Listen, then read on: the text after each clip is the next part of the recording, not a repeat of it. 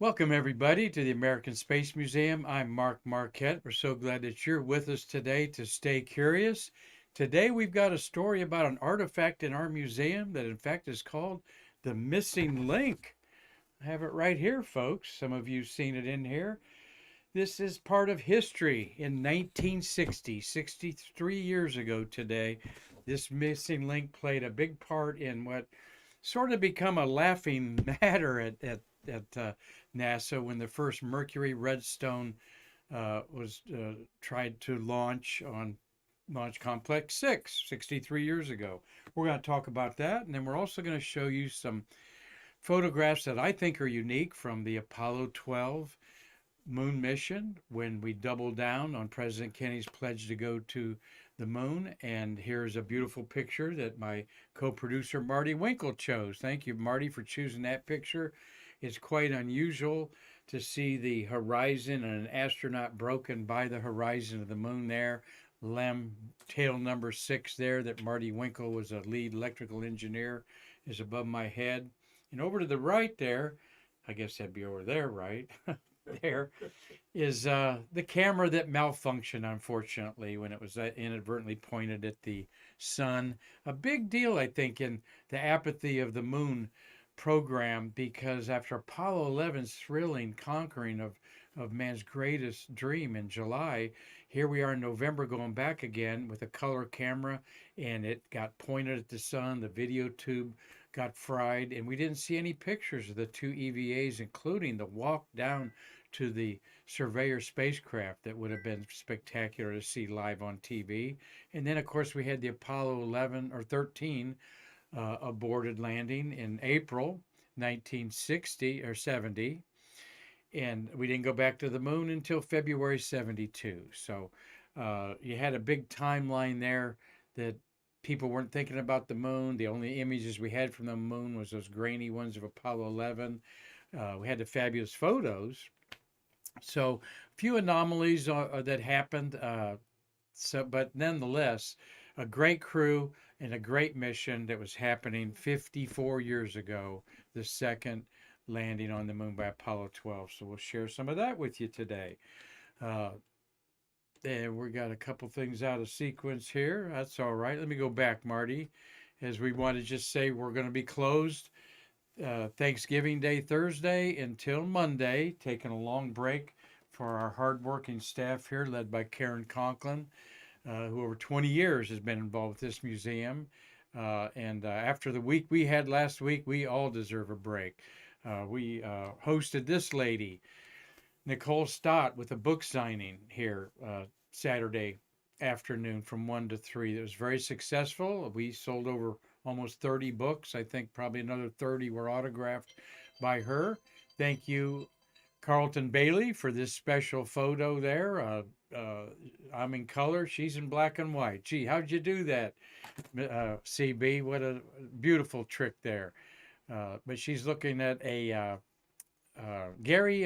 she's looking at Gary Harris's um, EVA sleeve that Gary made out of 3D printing, and the 3D model that Gary, a spacesuit maker, is just to the right there. Selvin Trotter, our bookkeepers, getting a book signed by Nicole there in our Apollo gallery.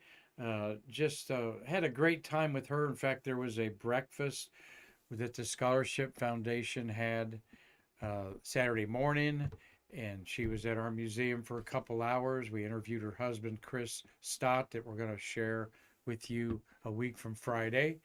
On a future Friday on Stay Curious, you're going to love Chris Stott, who wants to put your data on the moon, her husband.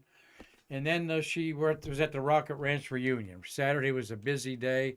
There I am showing off that I'm with her there with a unique picture of Nicole and Mike Leinbach, the launch director, on the runway after the landing of STS-133. And she's got a banner there that is on our wall. All three banners from the hatches up at the White Room is what this is all about on the wall. You see the explanation of it. There's the picture with Mike Leinbach holding the banner in front of Nicole.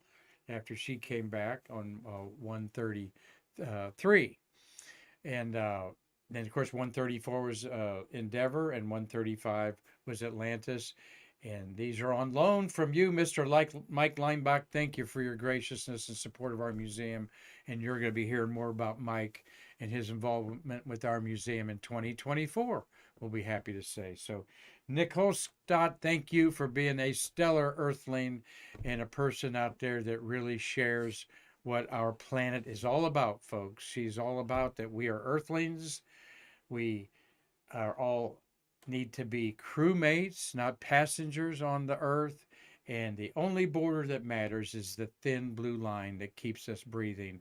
And Marty, all the astronauts that we talk to at the Space Center, they certainly do emphasize, don't they, that they are very awed at how tenuous this life-giving atmosphere is on our Earth. It is truly a thin blue line. Well, let's talk about today in space history. 1960. They tried to get it off a couple weeks before, but this was a big deal to get the Mercury Redstone rocket there being fueled. Look at the people at the bottom there. It kind of looks big to them, but when the Saturn V is stacked up to this, it's very puny. But there it is getting fueled up with, on top of it is a uncrewed, unmanned Mercury spacecraft that has a lot of telemetry in it. And of course, the red escape tower in case something would go wrong. And so on the morning of November 21st, 63 years ago today at 9 a.m., the Redstone's ignition occurred precisely as scheduled. This is Pad 6, Launch Complex 6. Many of you have been out there to see it. The blast momentarily churned into the air around Complex 6. Then the roar stopped as suddenly as it started. Watching by periscope from the blockhouse, launch operations manager and center director Kurt Debus was among those watching from the blockhouse. The startled engineers saw the booster wobble slightly on its pedestal and settle back on its fins after, at very most, a launch of just a couple inches. The Rocket 9 A7 engine shut down, and then the escape tower zipped right off of it 4,000 feet in the air and landed about a football field away, 400 yards from the launch site. 3 seconds after the escape rocket blew off here, the drogue chute package shot upward with the parachute, and the main chute spurred on top of the capsule and fluttered down on the side of the Redstone rocket there. So it was the most distressing launch, to say the least. What happened? All right. Well, what happened is what we have right here. And this was presented to Mr. Kurt Debus. Okay. This is the rocket rose a few inches, and the engines cut off, settling back down on the launch ring, resulting in the capsule firing its escape tower and ejecting its parachutes. What happened was that this separated inadvertently, all right, at a microsecond before launch. But the MR1 lifted up a couple inches. This was...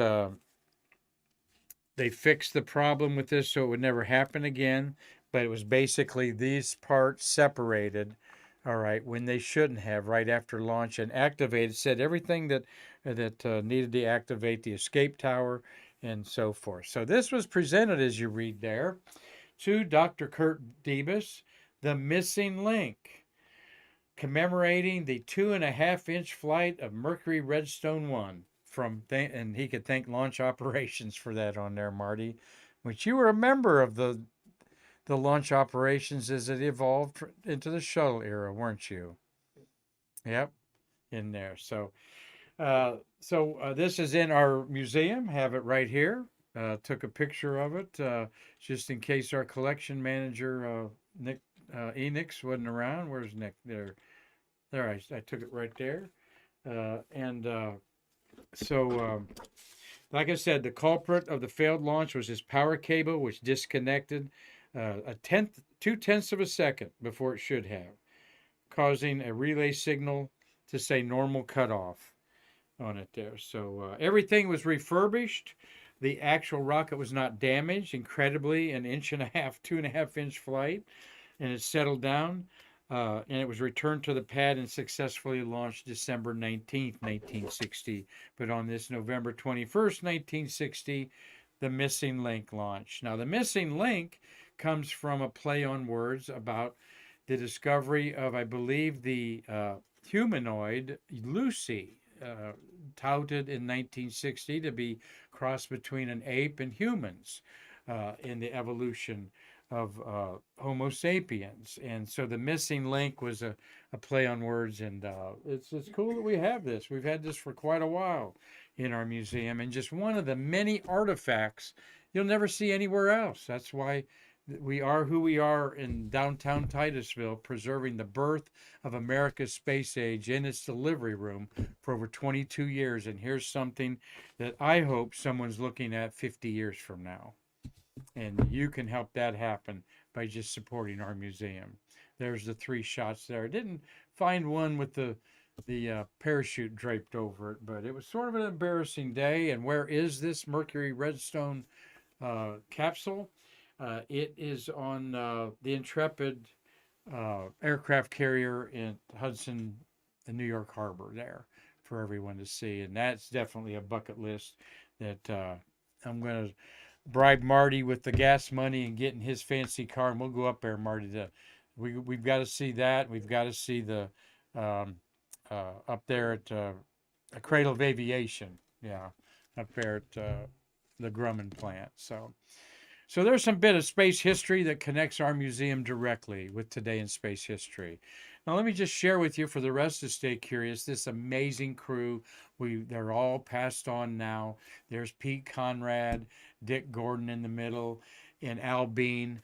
And if you want to know more about them personally, you will be watching Stay Curious next Monday, as we're going to have Nick Thomas, and he's going to talk about the Apollo 12 crew and some of the antics they did, and just how they were probably the most cohesive crew. They loved each other as men. They were Navy pilots together. Just an incredible fellowship and camaraderie from these 3 men who are now buried within sight of each other in Arlington Cemetery. And all except for Pete. Pete died in 1999 at age 69, motorcycle accident. The other 2, Dick Gordon in the middle and Al Bean, lived into their 80s. Well, I harvested some beautiful photographs. As a photographer, I like looking and sharing with you on Stay Curious pictures that you normally don't see anywhere else or rarely see. And so there's a beautiful website. Many of you are familiar with the Flickr storage facility for your pictures. Well, Flickr has the Apollo Archives section, and they've taken every Apollo mission and scanned the film. Actually, Johnson Space Center scanned the film and then gave it to them for the whole world to see, just like a negative. You see each frame. You even see the sprocket holes on the sides on some of them. A lot of the pictures are overexposed, and a lot of them you have never seen, because they just harvest the best ones, and it's all in the eye of the beholder. So here's one I have of both astronauts. Ha ha ha. You got the shadow of probably Pete Conrad, probably had the camera most of the time. Why do I say I don't know exactly who this is? Well, I do know it's Al Bean, because he trained to take the equipment out of the storage bay there on the lunar module LEM. I'm going to say that's side number 3, Marty. Mm-hmm. Would that be number 3 where that stood at? And the quads that you go around, the first quad is to the left of the ladder. So this would be all the way around. Though, Marty, this was not part of your job, you certainly walked around this lunar module, and there's all kinds of straps and things. We even have a card that has some of that straps in it. So, but I love this picture. We know it's Al Bean because he trained there, but neither astronaut had the red stripe on their legs or helmet or arms that they put on Apollo 13. Of course, it didn't land, and 14, 15, 16, 17 did. So you can tell them apart. And now they adapted that red stripe that they did not have on 11 or 12. They adopted that also for Space Shuttle space shuttle, International Space Station spacewalk. So I like this picture. It's got both astronauts in it. Uh, a lot of pictures with the shadows in it, and I think shadows give an interesting contrast of humanity on an alien world. There is that beautiful picture we're using as a green screen, cropped out a little bit because I like the footprints going up to Al Bean there. And if Conrad took this picture, he had the camera lower, and he's got a Hasselblad camera, 500C adapted, right? Tom Usiak, just like our good friend Tommy Usiak, watching in Lancaster, Pennsylvania, used for those shuttle launches he took.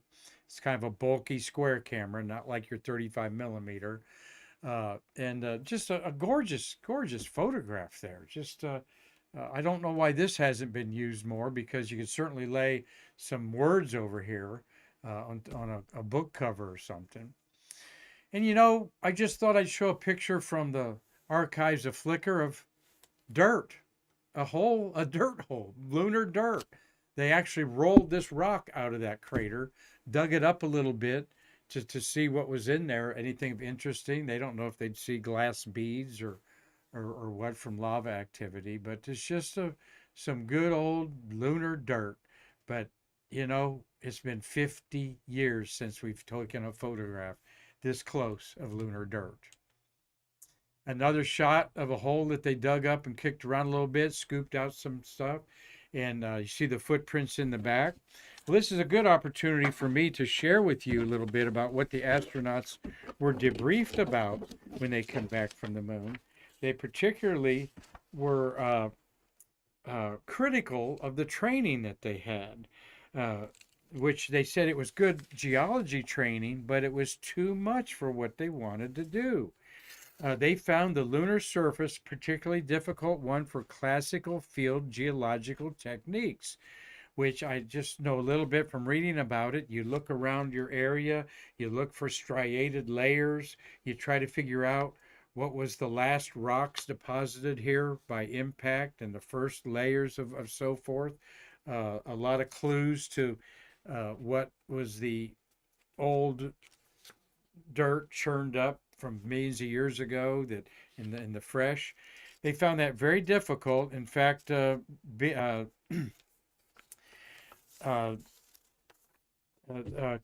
was quoted as saying, quote, "Okay, now, Bean, is it possible to look out there and try to determine which is first, which is second, and all that? It seems just too confusing," unquote. And Conrad concluded, "I think even a trained geologist would have trouble doing a whole lot of field geology that way on the moon." Al Bean felt afterwards, and wrote about it, that they should have just been documenting and photographing as many samples as possible rather than attempting to do on the spot geologizing, he called it. In other words, they were trying to be trained geologists and figure things out there that meant something on an alien world. And they just felt like the training should be just grab what you can, document what you can, and let the geologists on Earth figure out about it. And I'm sure there was a compromise between the two series of thoughts there. However, when Conrad was asked, and here I'm going to flip to another beautiful, cool image of both of them on the moon. When Conrad was asked whether he thought it would be desirable to have a geologist as a member of the crew, he said yes. He thought so, yes. Now, we didn't have a geologist until the last Apollo 17, 5 landings later. He said he thought so, but a geologist would help. But he pointed out that landing Intrepid, lunar module number 6, had required all the piloting skill he had. Implicitly echoing Deke Slayton, the chief of staff for the astronauts. Deke Slayton always contended that landing on the moon was not yet a job for a novice, but for as skilled a pilot as they could find. And Pete Conrad was obviously the number 2 second skilled pilot of them all, with, of course, Neil Armstrong. Undeniably, everybody claimed that he was the best pilot in the whole Corps. So, love this picture there. Looks like they drug something in the dirt there to get some tensile strength. You see these poles around there. Those are called gnomons that have color coordination on them for picture analysis of the colors of the surface, and other helps with other data. Of course, the big deal was landing close to the Surveyor unmanned spacecraft that landed there years before, a year and a half before. And that was a big deal. I remember it. We got pictures. You see the Surveyor. Marty, maybe you need to point that out. I think you can see it about in the middle right. Up on the top is the lunar module where Pete Conrad landed right at Pete's parking lot, they called it. Thank you, Marty. No, you had it first. Yep, right there. Yep, that white, that's the spidery lunar surveyor that landed, had a scoop on it that scooped up some material. They brought the scoop back, and you know what they found on the scoop? They found Streptococcus mitis, the common cold virus they found on the scoop that's now at the Cosmosphere in Kansas. Well, they really felt that it was it didn't come from the moon, but the fact that it survived on the moon, all right, for almost 2 years, exposed to 200 below zero, 200 above zero, and no atmosphere at all. They didn't say it would make you sick, but they did discover it on there. So there was still a contamination problem here on Earth that they discovered in that camera. So an amazing picture. You've seen sort of this picture from a different angle, closer up with the Surveyor and an astronaut holding the scoop or something like that. But I like this one. It gives you the whole panorama of that little spacecraft that we landed there. And then it only weighed about 200 pounds, maybe 300. And then you got, what, a 10-ton spacecraft sitting there on the surface, just a few hundred yards away from it.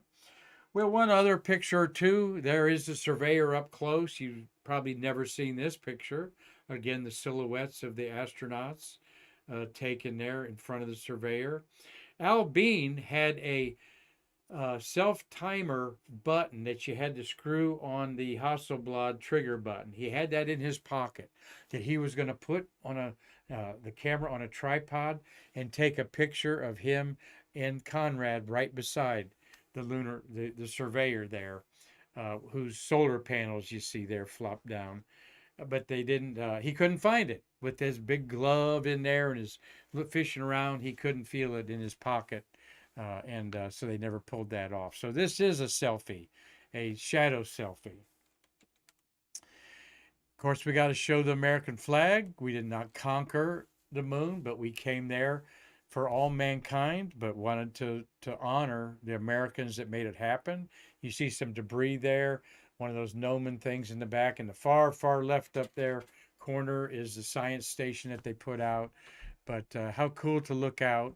I was teasing, talking to my executive director, Karan, before the program here. She was reviewing the show, and I said, typical amateur, they got half of the sky. Okay, no one ever pulls their camera down.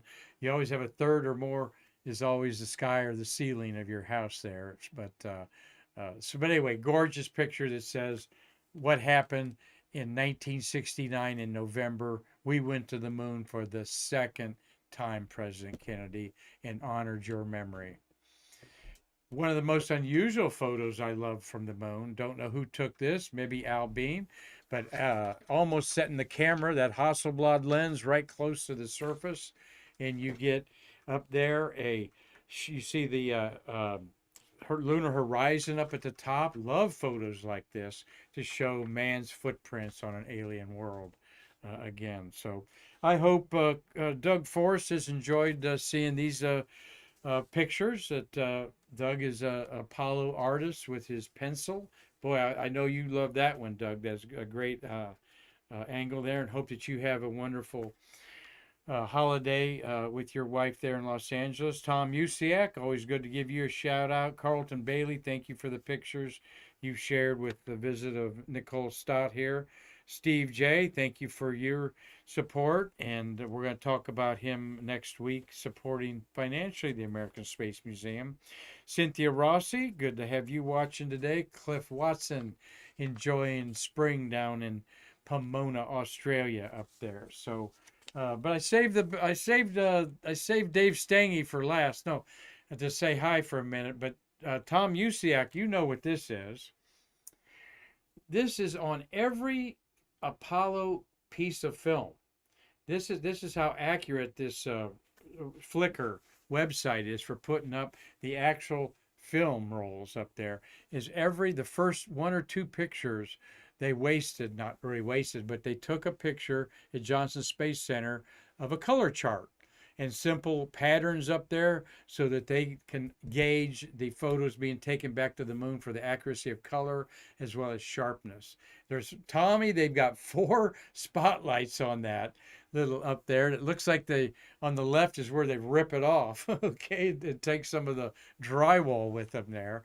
But maybe that's the refrigerator in the back of the film lab or whatever. But as scientific as NASA can be, this is how they set up to gauge the color charts and so forth of the film that went to the moon.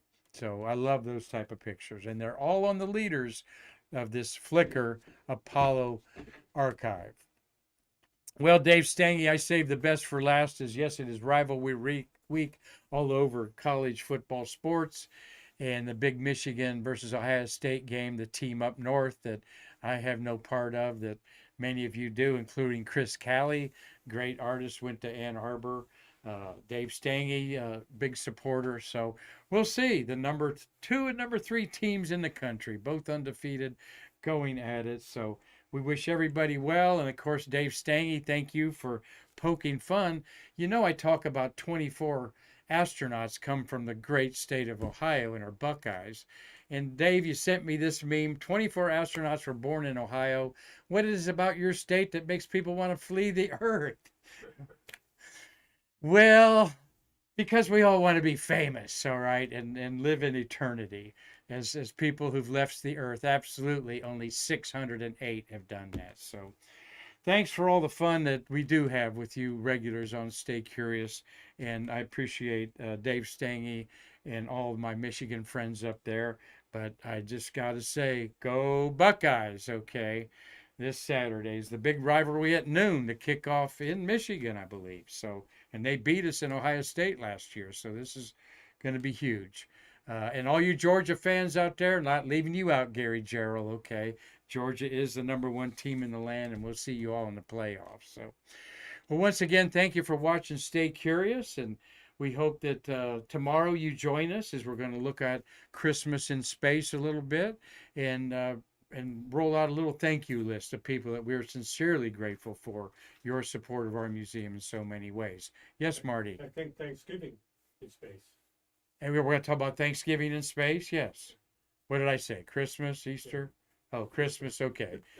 That's why I have Marty to keep my brain that a little more alert than sometimes. Is we don't use a script here. We just say whatever comes to my my head here, and that's why my boss looks at every show beforehand, so she makes sure my head's on straight. So thank you, Karan. She's in the room here today, and we are grateful for everybody that has their place here in our museum doing wonderful things to reach out and, more importantly, preserve the birth of our space age and the memories of it, much like the Civil War artifacts you see that are 160 years old. Many of ours are 60 years old. We need your support to help continue the legacy of America's great space age. So until tomorrow, when we will roll out the thank yous for Thanksgiving 2023, I'm Mark Marquette saying we can't wait to see you in our museum to bridge the space between us. There's the old missing link. We're going to put it back in the case for you to see.